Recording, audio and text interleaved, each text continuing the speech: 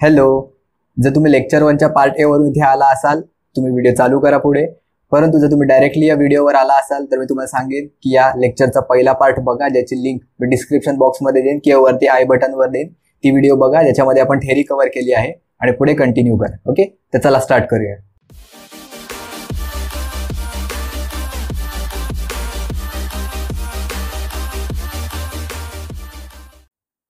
तर आता आपण पाहूया टाइप्स ऑफ इलेक्ट्रिकल मटेरियल कोणते कोणते आहेत ते.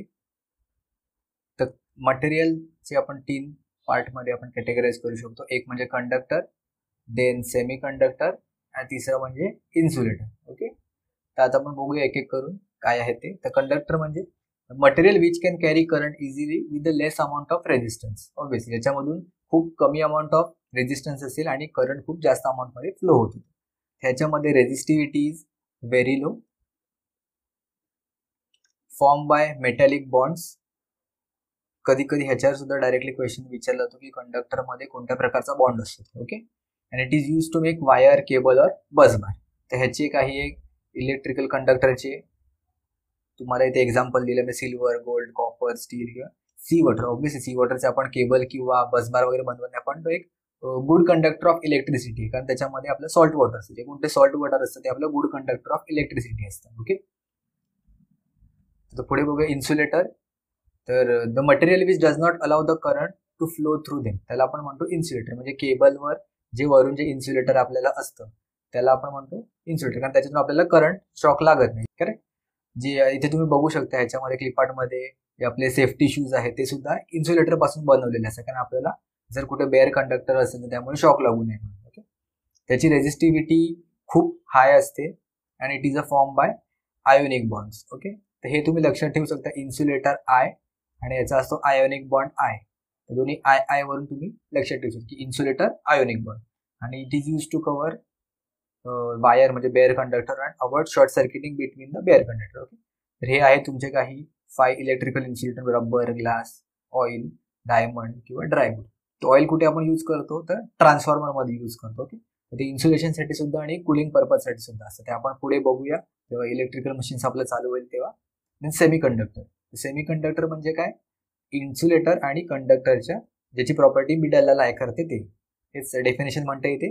The material with electric conductive behaviour somewhere between a conductor and an insulator and resistivity lie between conductor and insulator.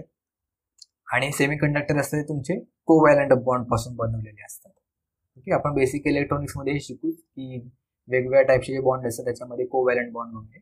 तर जे आपले अदर इलेक्ट्रॉनिक कंपोनंट असतात लाईक डायोड, ट्रान्झिस्टर, थायरिस्टर, हे जे असतात ते आपले तुमचे सेमी कंडक्टर पासून बनवलेले असतात. ओके, तर आता ह्याच्यात टेम्परेचर कोइफिशियंटवर बऱ्याचदा डायरेक्टली क्वेश्चन विचारला जातो. एक म्हणजे पॉझिटिव्ह टेम्परेचर कोइफिशियंट किंवा निगेटिव्ह टेम्परेचर कोइफिशियंट. आता आपण बघू की पॉझिटिव्ह टेम्परेचर कोइफिशियंट म्हणजे काय. पॉझिटिव्ह टेम्परेचर कोइफिशियंट म्हणजे जर सपोज आपला टेम्परेचर इन्क्रीज झालं तर रेजिस्टन्स त्याचा वाढणार. पॉझिटिव्ह म्हणजे जर टेम्परेचर वाढलं तर रेजिस्टन्स वाढला, पॉझिटिव्हली बिहेव करतो. आणि निगेटिव्ह टेम्परेचर कोइफिशियंट म्हणजे काय, नीट लिहून घ्या. हे पीटीसी आणि एनटीसी काय आहे ते आता नंतर लक्षात नाही राहणार. पीटीसी म्हणजे तुमचं असतं पॉझिटिव्ह टेम्परेचर कोइफिशियंट आणि एनटीसी म्हणजे तुमचं असतं निगेटिव्ह टेम्परेचर कोइफिशियंट. निगेटिव्ह म्हणजे जर टेम्परेचर वाढलं तर त्याच्या अपोजिट तुमचं रेजिस्टन्स बिहेव करतो. म्हणजे सपोज जर रेजिस्टन्स वाढला, जर टेम्परेचर वाढला तर तुमचा रेजिस्टन्स कमी होतो आणि जर टेम्परेचर कमी झाला तर तुमचा रेजिस्टन्स वाढतो. म्हणजे एक्झॅक्ट अपोजिट म्हणजे निगेटिव्हली बिहेव करतो. ओके, त्याच्यामध्ये आपला असतो पॉझिटिव्ह टेम्परेचर कोइफिशियंट ज्याला म्हणतात. तर तो पॉझिटिव्ह टेम्परेचर कोइफिशियंट आपला कोणता असतो तर जे आपले कंडक्टर्स असतात ते असतात तुमचे पॉझिटिव्ह टेम्परेचर कोइफिशियंट. म्हणजे आता हा इथेच आपण टेम्परेचर एक्स एक्सिसवर प्लॉट केला आणि जर आपण इथे सपोज रेजिस्टन्स प्लॉट केला तर तुमचा जर टेम्परेचर वाढला तसं तसं तुमचं रेजिस्टन्स वाढत जाणार. ते असं तुमचं कंडक्टरच्या केसमध्ये पॉझिटिव्ह टेम्परेचर मिळतो आपल्याला. देन सेमी कंडक्टरच्या केसमध्ये निगेटिव्ह टेम्परेचर कोइफिशियंट मिळतो आपल्याला. म्हणजे जर आपलं टेम्परेचर इन्क्रीज जसा जसा होईल तसा तसा तुमचा रेजिस्टन्स ड्रॉप होऊन जातो. सिमिलरली इन्सुलेटरच्या केसमध्ये सुद्धा आपल्याला मिळतो निगेटिव्ह टेम्परेचर कोएफिशियंट, म्हणजे आपलं टेम्परेचर वाढला तर रेजिस्टन्स ड्रॉप होणार. हा असतो आपला इन्सुलेटरच्या केसमध्ये. त्यामुळे केबलमध्ये सुद्धा जे आपण इन्सुलेटर सिलेक्ट करतो ना, त्यावेळी टेम्परेचर हा खूप इम्पॉर्टंट पॅरामीटर असतो. जसा व्होल्टेज करंट असतो तसा सुद्धा तुमचा जो टेम्परेचर असतो तो खूप मेजर डिसाइडिंग फॅक्टर असतो. तो तुमचा खूप मेजर इम्पॉर्टंट रोल प्ले करतो याच्यामध्ये इन्सुलेटरच्या केसमध्ये. ओके, तर ह्याच्यावर लक्षात ठेवा की फक्त कंडक्टर जो असतो तोच फक्त आपला पॉझिटिव्ह टेम्परेचर कोएफिशियंट असतो, आणि जो सेमी कंडक्टर आणि इन्सुलेटर असतं हे दोघेही निगेटिव्हली बिहेव करतात. आपण बघूया आता जे जे काय शिकलोय त्याला तुमची क्विज आहे. ह्याच्यातले बरेचसे क्वेश्चन विचारले गेलेले आहेत आणि विचारले जाऊ शकतात. ओके, तर नीट लक्षपूर्वक आन्सर करा. मी तुम्हाला सजेस्ट करेन की तुम्ही आधी पॉज करा, आन्सर बघू नका, क्वेश्चन वाचा, त्याचे ऑप्शन्स बघा आणि तुम्ही ठरवा की कोणता आन्सर असेल ते. तुम्ही नोट डाऊन करा तुमच्या ह्याच्यामध्ये आणि नंतर तुम्ही क्रॉस चेक करा की तुमचे किती आन्सर करेक्ट आले. ओके, स्टार्ट करूया. नहीं. द फर्स्ट क्वेश्चन आहे, the flow of electric current in a conductor is due to the flow of. Pause करा आणि आन्सर नोट डाऊन करा तुमच्या बुकमध्ये आणि नंतर रिझ्यूम करा. ओके, आपण बघूया काय आहे ते answer.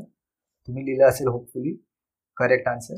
The flow of electric current in a conductor is due to the flow of electrons. हे आपण फर्स्ट स्लाइड मध्ये बघितलं. ओके, तर सेकंड क्वेश्चन बघूया आता. सेकंड क्वेश्चन काय आहे, an electric current is the dash. Okay, ह्याच्यामध्ये ऑप्शन काय काय दिले आहेत. Random movement of electrons in a conductor नाही. The movement of free electrons predominantly in one direction yes. म्हणजे एका पर्टिक्युलर डिरेक्शन मध्ये जर आपले इलेक्ट्रॉन्स फ्लो होत असतील तर त्याला आपण म्हणतो current flow. Correct. Then pressure difference between the two poles नाही. आणि option 4 the power that causes a drift of electrons नाही. Okay, it is not a power, is a flow of electrons. Okay, त्यामुळे second option B option बरोबर आहे. And electric current is a movement of free electrons in a one direction. Okay, then question 3 the correct form of Ohm's law. तर काय आहे Ohm's law आपला.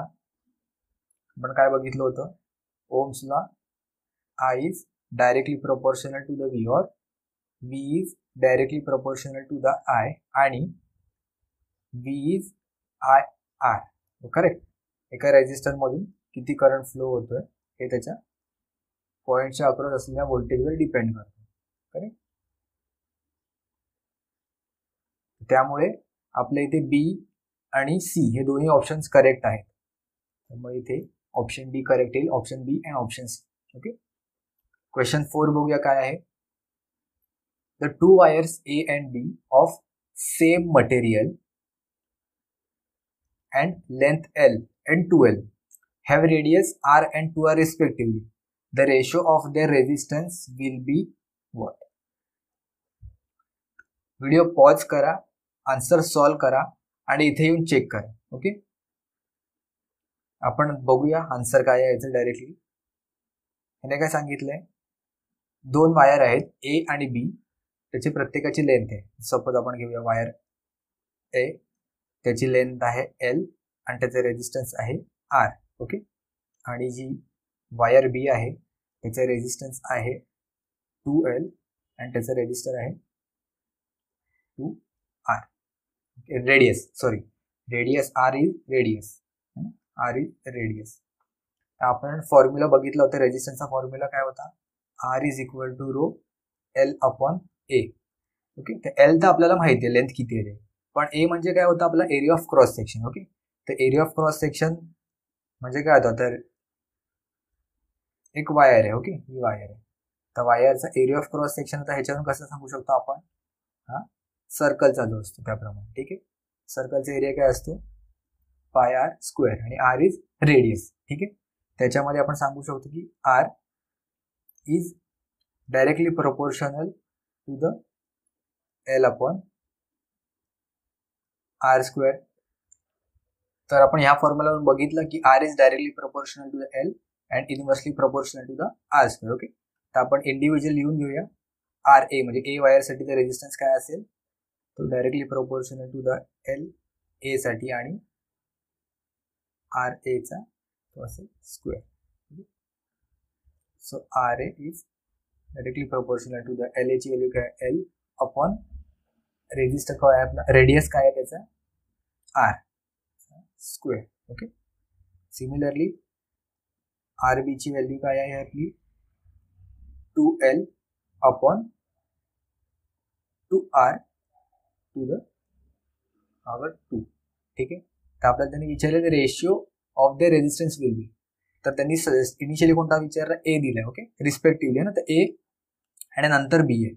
ह्याच्यामध्ये आपण R A पहिला लिहूया त्यानंतर घेऊया आर बी. ठीक आहे त्याचा रेशिओ काय असेल L upon R square divided by 2L upon 4R square. Okay L square आणि एल स्क्वेअर कॅन्सल आउट होतील. हा 4 वरती जाईल तर मिळेल 4 अपॉन 2 म्हणजे 2:1. RA इज टू RB चा रेशो असेल 2:1. ओके म्हणजे आपला आहे ऑप्शन सी करेक्ट आन्सर. तर बघूया पुढे क्वेश्चन 5. तर ह्याच्यामध्ये काय दिलंय the 2 wires of A and B of same material. Same question आहे असं वाटेल परंतु हा सेम क्वेश्चन नाही. ओके बघूया पुढे. The same material and length L and 2L have radius R and 2R respectively. The ratio of their specific resistance will be. मागे काय विचारलं होतं त्यांनी रेशिओ ऑफ देअर रेजिस्टन्स. हे फार महत्वाचे आपण एक्झाम मध्ये बऱ्याचदा घाई विसरून जातो. इथे विचारलं आपलं रेशिओ ऑफ देअर रेजिस्टन्स आणि इथे आपल्याला विचारले स्पेसिफिक रेजिस्टन्स. तर स्पेसिफिक रेजिस्टन्स म्हणजे काय तर रो म्हणजे रेजिस्टिव्हिटी आणि ते रेजिस्टिव्हिटी कशावर डिपेंड असते आपली तर मटेरियलवर. ओके आणि ही व्हॅल्यू तुमची कॉन्स्टंट असते मटेरियलवर. एक मटेरियल आपण सिलेक्ट केलं त्याची लेंथ किती पण वाढवली आणि एरिया किती पण कमी किंवा जास्त केला तरी सुद्धा ही जी व्हॅल्यू आहे ती प्रत्येक मटेरियलसाठी जी फिक्स असते ती फिक्सच राहते. त्याच्या एरियावर किंवा त्याच्या लेंथवर अजिबात डिपेंड करत नाही. तर त्यामुळे त्यांनी काय सांगितलंय 2 materials A and B of the same material. दोन्ही ठिकाणी आपण त्यांनी सेम मटेरियल यूज केलं तर त्याची स्पेसिफिक रेजिस्टन्स सुद्धा काय असणार सेमच असणार. ओके त्यामुळे ऑप्शन येईल आपला ए 1:1. स्पेसिफिक इथे हा स्पेसिफिक वर्ड खूप महत्वाचा आहे.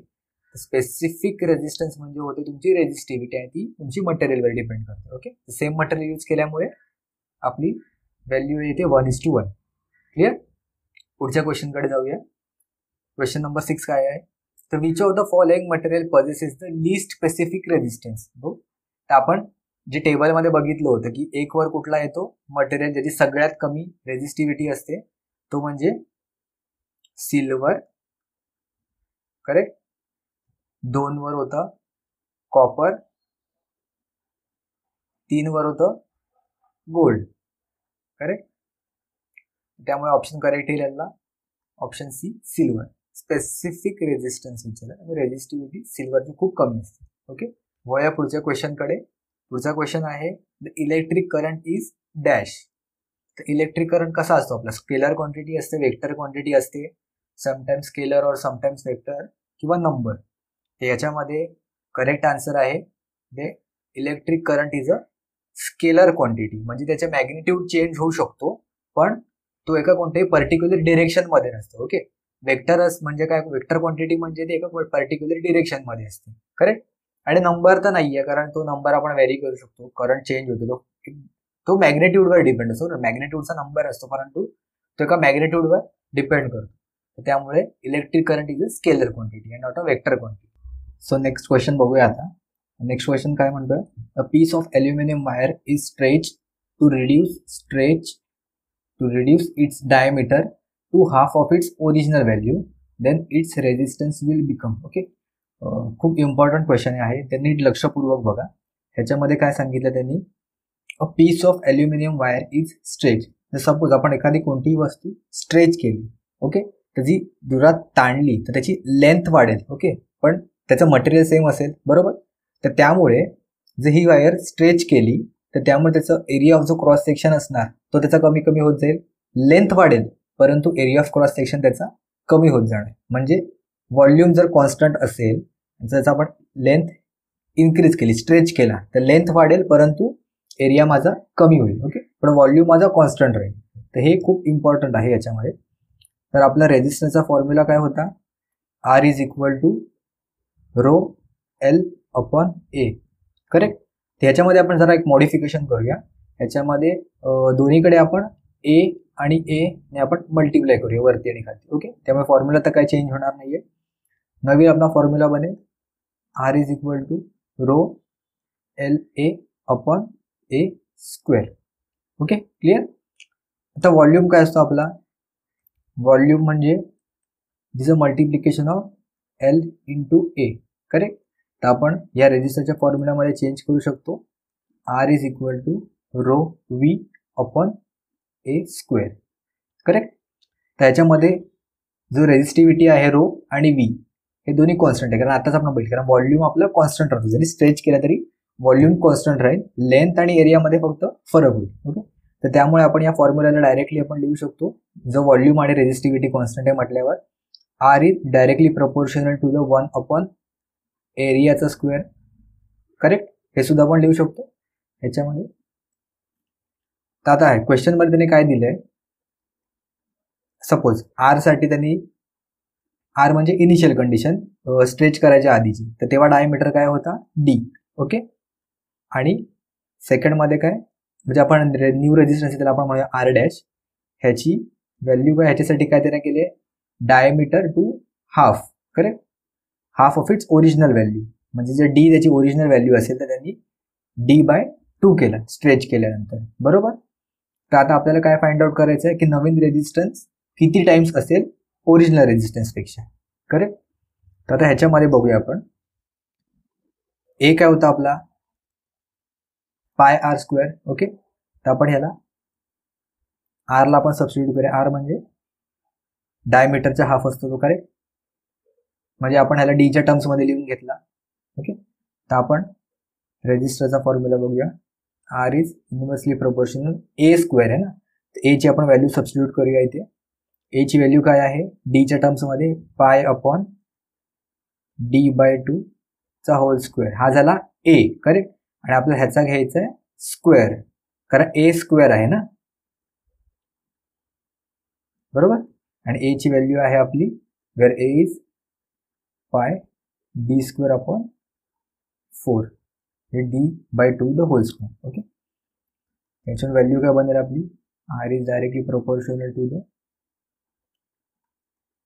पाय स्क्वेअर अपॉन, डायरेक्टली लिहितो D to the power 4 upon 2 चा स्क्वेअर म्हणजे होईल आपला टू पॉवर 16. ओके. यालाच आपण लिहू शकतो R is directly proportional to the 16 upon pi square D to the power 4. Okay. ह्याच्यामध्ये 16 आणि पाय हे तर आपल्या कॉन्स्टंट व्हॅल्यू आहेत, त्यामुळे आपण असे लिहू शकतो R is directly proportional to the 1 upon D to the power 4. झालं एवढंच. तर आता आपण डायरेक्टली व्हॅल्यू सबस्टिट्यूट करू. ओरिजिनल व्हॅल्यू सपोज असेल आर. ओके. हे आहे आपली original value 1 upon D to the power 4, आणि आफ्टर चेंज केल्यानंतर काय झाली आहे R dash is equal to D to the power 4. Correct. तर 1 अपॉन डी ची जी व्हॅल्यू काय होती डी बाय 2 चेंज केल्यानंतर ना, डायमीटरची व्हॅल्यू टू द पॉवर 4 म्हणजे आपली होईल किती, 2 वरती जाईल टू द पॉवर 16 म्हणजे 16 upon D to the power 4. Okay. तर त्याच्या फायनली व्हॅल्यू चेंज झाल्यानंतर काय मिळेल आपल्याला, इथे लिहितो मी राईट साईडला, R dash upon R is equal to 16 upon D to the power 4 आणि 1 upon D to the power 4. Okay. So R dash is equal to 16 times of R. Correct. ह्याचा करेक्ट आन्सर आहे 16 times. तर question 9 आहे, the specific resistance of a wire depends upon. आपण मगाशीच बघितलं, it is लेंथवर असते का, नाही. क्रॉस सेक्शन एरियावर नाही. डायमेन्शनवर नाही. स्पेसिफिक रेजिस्टन्स कशावर डिपेंड असतं, तर it is depend upon material. Correct. Specific resistance म्हणजे रेजिस्टिव्हिटी ही आपल्या मटेरियलवर डिपेंड असते. ओके, पुढे बघूया पुढचा क्वेश्चन काय आहे. An electric heater is mark 2000 watt and 200 volt, then the resistance of the coil is what. ठीक आहे, इझी आहे क्वेश्चन. व्हिडिओ पॉज करा, तुम्ही ट्राय करा आणि बघा आन्सर करेक्ट येत आहे का. ओके, आपण सॉल्व करायला घेऊया. इथे त्याने काय दिलंय, ही हीटरची पॉवर किती आहे, 2000 watt. Okay, so P is equal to 2000 watt आणि त्याचं व्होल्टेज आहे, व्होल्टेज रेटिंग 200 वोल्ट. ठीक आहे, तर आपल्याला रेजिस्टन्स ऑफ द कॉइल विचारले. आपल्याला पॉवर काय माहिती होती, P is equal to V multiply by I. Correct. आता आपल्याकडे काय आहे, पी आहे, व्ही आहे आणि आपल्याला विचारलं काय रेजिस्टन्स. पण ह्याच्यामध्ये पी आहे या फॉर्म्युलामध्ये आपल्या व्ही सुद्धा आहे, पण प्रॉब्लेम काय आहे, करंट. तर करंटला आपल्याला रिमूव्ह करायला लागेल. करेक्ट. ओम्स लॉ माहिती आहे ना आपल्याला सर्वांना, आपण आता मगाशीच बघितला.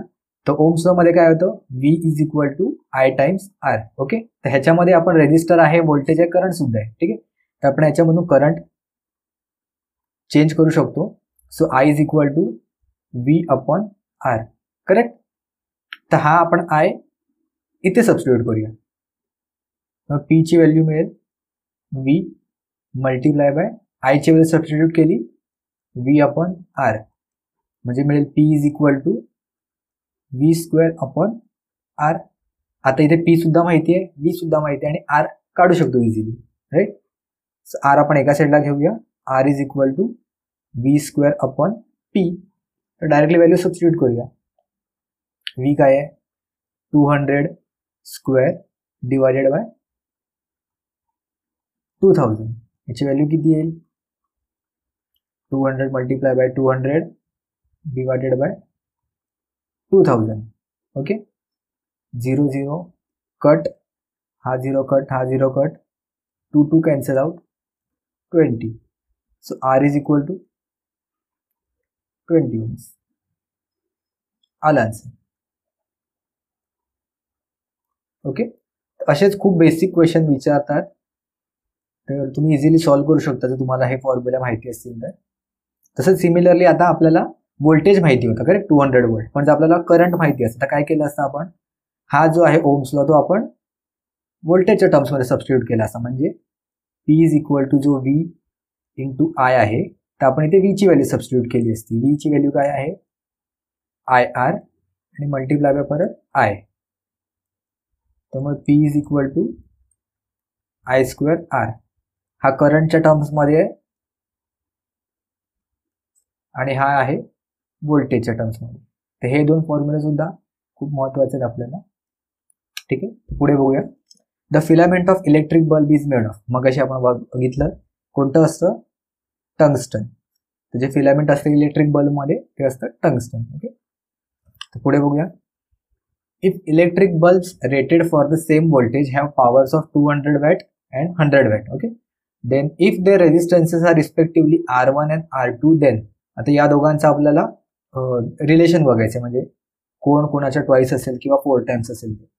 तर व्ही आपण दोन्हीसाठी, व्होल्टेज दोन्हीसाठी व्ही कन्सिडर करूया. V1 is equal to V2. ठीक आहे, सेमच आहे voltage.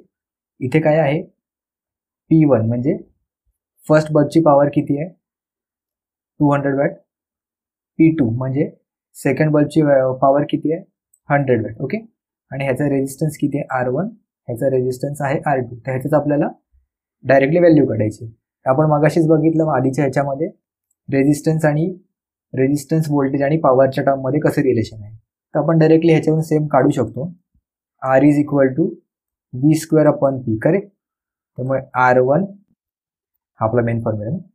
R1 is equal to V1 square upon P1. म्हणजे काय येईल, V1 काय आहे, डायरेक्टली वीज कन्सिडर करूया आपण. आणि P ची व्हॅल्यू किती आहे, 200. ठीक आहे. सिमिलरली R2 ची व्हॅल्यू किती आहे, V2 square upon P2. V1 V2 is equal to V आपण केलं ना कन्सिडर. V2 ची व्हॅल्यू किती आहे, V2 ची व्हॅल्यू आहे V स्क्वेअर अपॉन P2 ची व्हॅल्यू किती, 100 आहे. ठीक आहे. तर आपण R1 इज टू R2 चा रेजिस्टन्स काढला. R1 upon R2 is equal to V square upon 200 divided by v² upon 100. ठीक आहे, v² कॅन्सल आउट होत जाईल. 100 वरती 200 इथे येईल काय, म्हणजे 100 upon 200 which is equal to 1:2. So आपण याच्यावर लिहू शकतो R1 is half of the R2, किंवा असे लिहू शकतो आपण R2 is twice of the R1. Correct आहे, ऑप्शन मध्ये आहे option B, R2 is twice of the R1. ठीक आहे, पुढे बघूया क्वेश्चन काय आहे. An ideal voltage source should have, ideal म्हणजे परफेक्ट, त्याच्यामध्ये रेजिस्टन्स अजिबात नसणार. तर ideal voltage source should have, correct, 0 resistance, R is equal to 0. सर्किटमध्ये आपण बघितलं होतं ना, हे व्होल्टेज सोर्स आणि R is equal to 0. Correct, आणि प्रॅक्टिकलमध्ये तो इक्वल टू 0 नसतो. तर आता आपण नेक्स्ट क्वेश्चन बघूया. काय म्हणतो question. A copper wire has a resistance of 10 ohm and it is stretched by 1/10 of its original length, then its resistance will be what. ठीक आहे, तर आता नेहमीच आपला रेजिस्टन्सचा जो फॉर्म्युला आहे R is equal to rho L upon A. आता ह्याच्यामध्ये त्यांनी रेजिस्टन्सची व्हॅल्यू ऑलरेडी दिलेली आहे, त्याला आपण म्हणूया R1 is equal to 10 Ohm's. ठीक आहे, त्यांनी काय सांगितलंय, it is stretch by 1/10 of its original value. Same त्याने स्ट्रेच केला, त्यामुळे त्याची लेंथ 1/10 ने वाढली, म्हणजे 10% त्याची लेंथ वाढली. ओके, जर इनिशियली त्याची लेंथ असेल L तर ती चेंज होऊन झाली आहे 1.1 L. ओके, तर इनिशियली आपण L1 कन्सिडर करूया, म्हणजे R1 साठी, रेजिस्टन्स 1 साठी L1 कन्सिडर करूया, आणि ही झाली 1.1 टाइम्स ऑफ द L1, म्हणजे ही आहे L2. ठीक आहे, R1 आणि R2 आपण कन्सिडर करूया, त्यामुळे इझी होईल आपल्याला समजणं.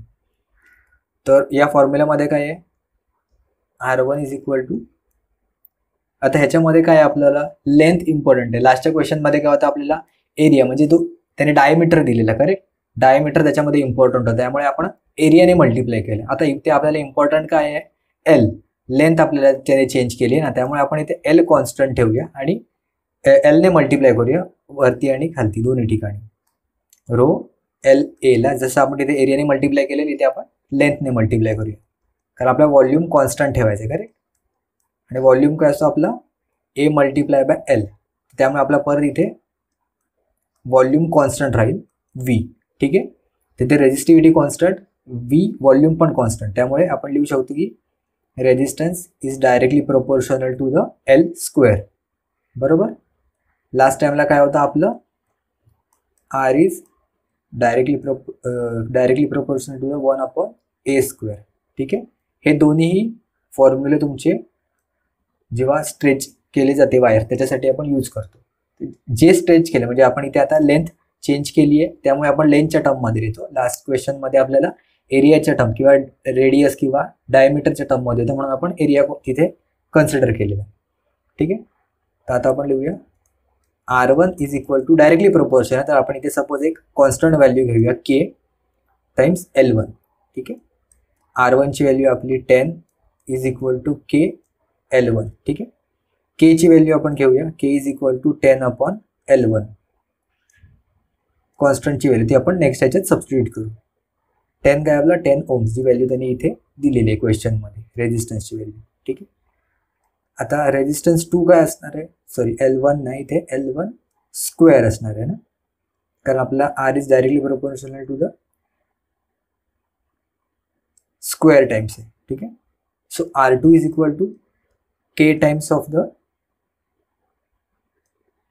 L2 चा स्क्वेअर. ठीक आहे, K ची व्हॅल्यू आपण सबस्टिट्यूट करूया. K ची व्हॅल्यू काय मिळाली आपल्याला इथे 10 upon L1² multiply by L2 ची व्हॅल्यू किती आहे आपण इथे बघितली. L2 ची value is 1.1 times of the L1, 1.1 times of the L1 bracket whole square. ठीक आहे, इथे मिळेल आपण 10 अपॉन L1² मल्टिप्लाय बाय 1.1 चा स्क्वेअर होतो 1.21 multiply by L1². L1² cancel out, आपल्याला फायनली आन्सर मिळेल R2 is equal to 10 multiply by 1.1 R21 म्हणजे R2 इज 12.1 ohms. क्लिअर? इथे आहे ऑप्शन बी 12.1. हेच इम्पॉर्टंट आहे की स्ट्रेच केल्यानंतर आपला व्हॉल्यूम कॉन्स्टंट राहतो आणि ज्या टर्म्समध्ये, जर तुम्हाला लेंथच्या टर्म्समध्ये दिले असेल तर तुम्ही हा लेंथवाला फॉर्म्युला वापरा. जर रेडियस, डायमीटर किंवा एरियाच्या टर्म्समध्ये दिले असेल तर तुम्ही एरियाच्या टर्म्समध्ये हा वाला फॉर्म्युला यूज करा. ओके, काय डाऊट असेल तर आम्हाला कळवा कॉमेंट्समध्ये, मी नक्की सॉल्व्ह करायचा प्रयत्न करू. नेक्स्ट क्वेश्चन आहे, the practical current source is represented by. आता बघा, हा क्वेश्चन गेट 1997 मध्ये इलेक्ट्रिकल ब्रांचसाठीच आला होता. तर आता बघूया तुम्ही आन्सर करू शकता की याच्यामध्ये तर प्रॅक्टिकल करंट सोर्स काय असतो. तर प्रॅक्टिकल करंट सोर्स असतो आपला resistance in parallel with the ideal current source, है ना. रेजिस्टन्स पॅरलल मध्ये असतो आणि करंट सोर्स आहे तर ऑब्व्हियसली करंट सोर्सेस असणार, व्होल्टेज सोर्स नसणार. हे दोन तर ऑप्शन तसेच गेले.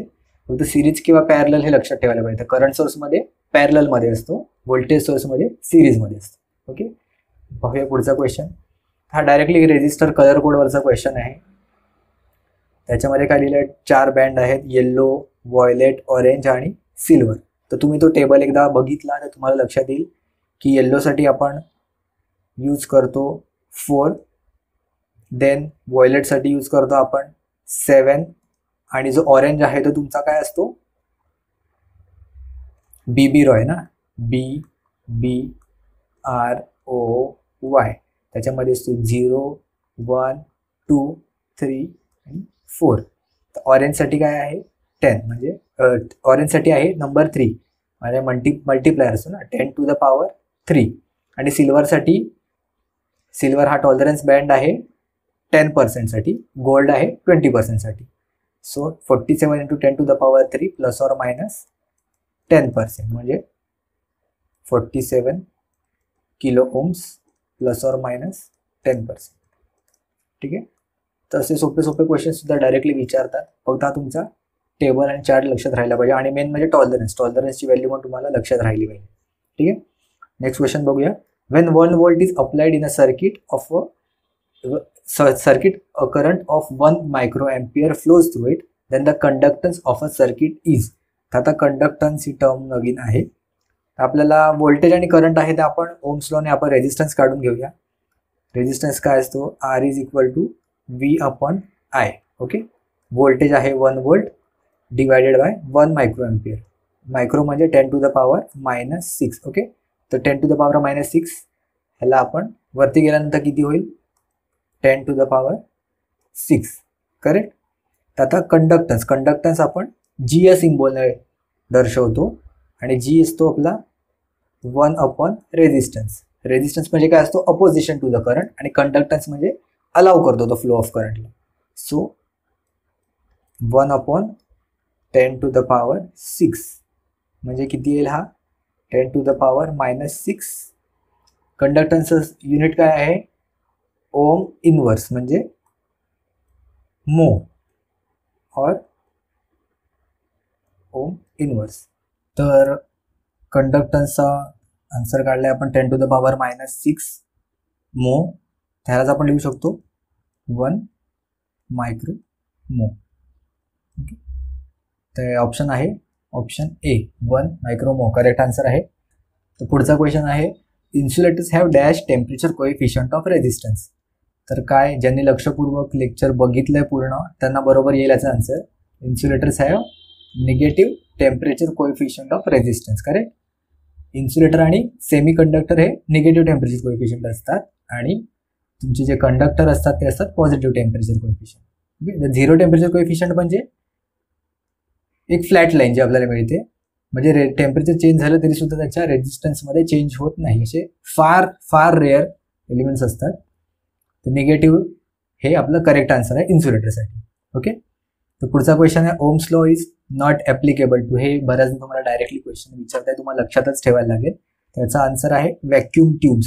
ओके, व्हॅक्यूम ट्यूब्सला ओम्स लॉ तुमचा ॲप्लिकेबल होत नाही. हाय व्होल्टेज सर्किटला सुद्धा होतो, कार्बन रेजिस्टन्स म्हणजे रेजिस्टन्स जे आपले असतात त्यांना होतो, आणि circuits with low current density. Okay, current जरी कमी असतं तरी सुद्धा तिथे ओम्स लॉ तुमचा ॲप्लिकेबल होणार. तर तुम्ही ऑप्शन एलिमिनेशन वरून तुम्ही सुद्धा कॅल्क्युलेट करू शकता याचा आन्सर काय येऊ शकतो, तुम्ही गेस करू शकता. ओके.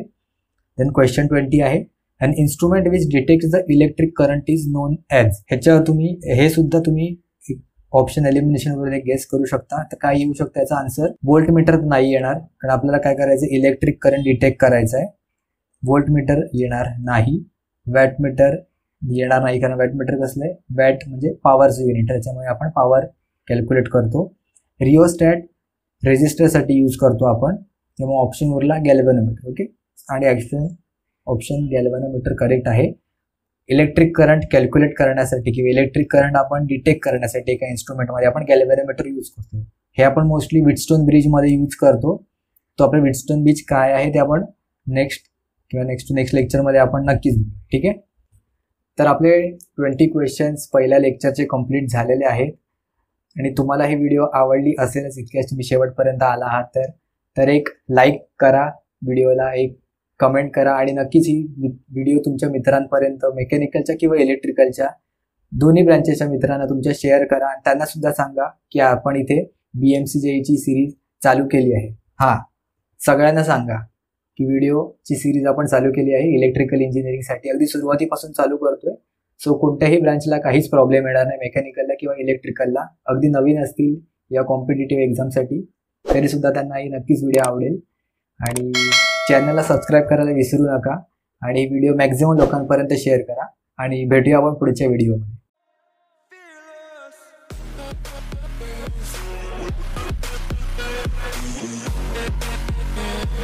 with